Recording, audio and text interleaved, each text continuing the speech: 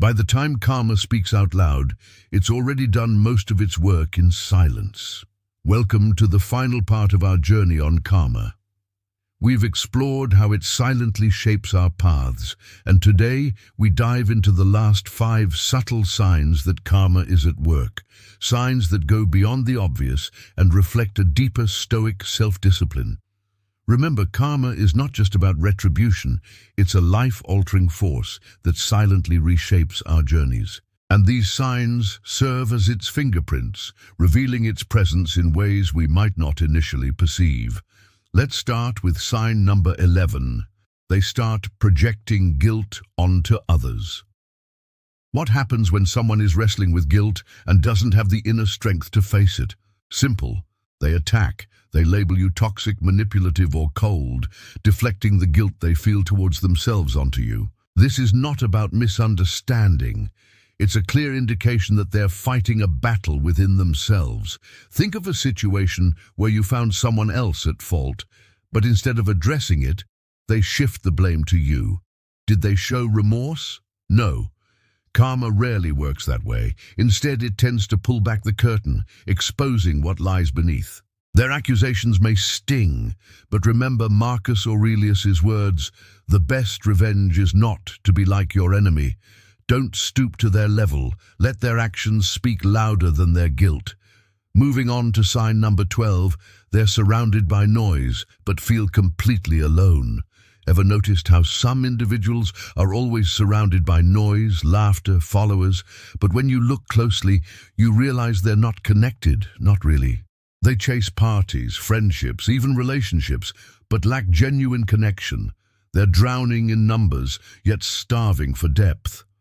If you've ever been in a crowd and felt lonelier than ever, you understand this feeling. Suddenly, the phone is buzzing. You check it and find that the person who was surrounded by dozens just moments ago is now whispering, "I don't feel seen." It's a paradox, isn't it? Being seen is universal. All of us want to be acknowledged, understood. So why do these people remain unseen even when surrounded by many?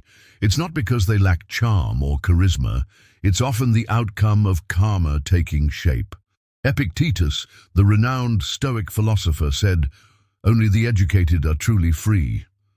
In the realm of Stoicism, being educated means being aware of oneself and one's impact on the world. True freedom comes from understanding the noise within and the noise without, because while external noise can be distracting, internal noise can be deafening. It can lead to an endless pursuit of distractions, a desperate attempt to drown out the silence.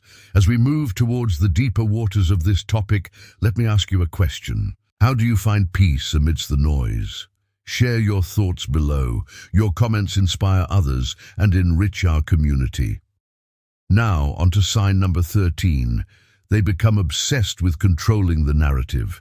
Ever met someone who meticulously crafted their narrative, carefully hiding parts of their story? Now imagine if they started doing this with every interaction, every conversation. It's like they're editing their life in real time. They jump to conclusions, assuming everyone is scrutinizing their moves. So they defend themselves in every interaction, even when no one's questioning them. This need to dominate the narrative is not about confidence. It's a sign of insecurity. They're not ready to let their guard down, to be vulnerable. They'd rather be misunderstood than truly known. Why? Because the more people know them, the more they'll realize their imperfections. And that scares them. A disciplined mind does not feel the need to dominate the narrative. It understands that true strength lies in authenticity and vulnerability.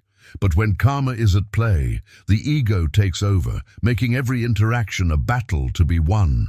The irony is that in trying to control the narrative, they lose control of their lives. If you're finding value in today's message, please support us. Your support fuels our mission to spread Stoic wisdom. And now, sign number 14. Their achievements start to feel hollow. Imagine working tirelessly for something, putting your heart and soul into it, and when you finally reach the summit, it doesn't feel like success. The applause fades quickly, replaced by a hollowness that no amount of celebration can fill. For someone under the influence of karma, victories taste like ashes.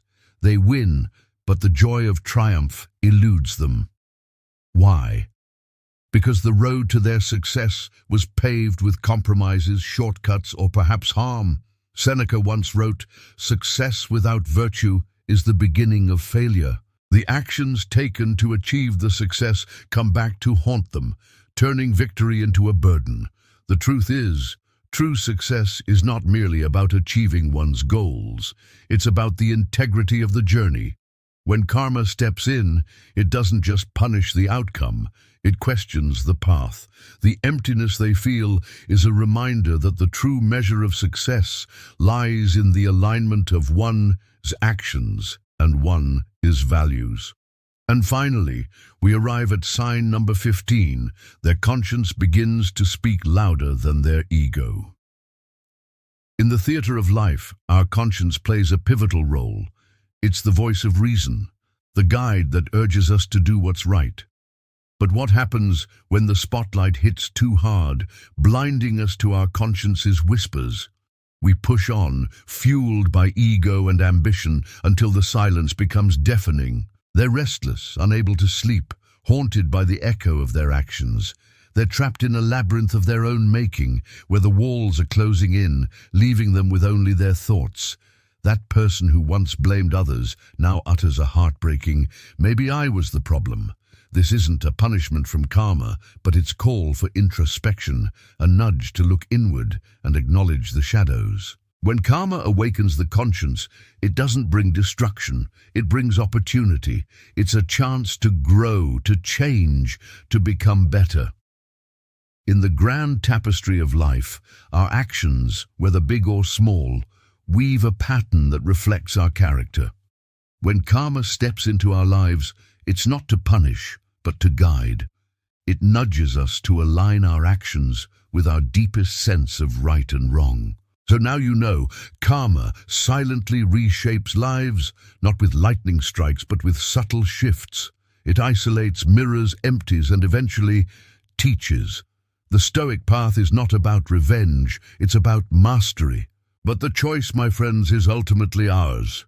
Will we heed its signs or brush them aside? What will you choose to master, your reactions or your revenge? Until next time, may your choices reflect the harmony between action and consequence.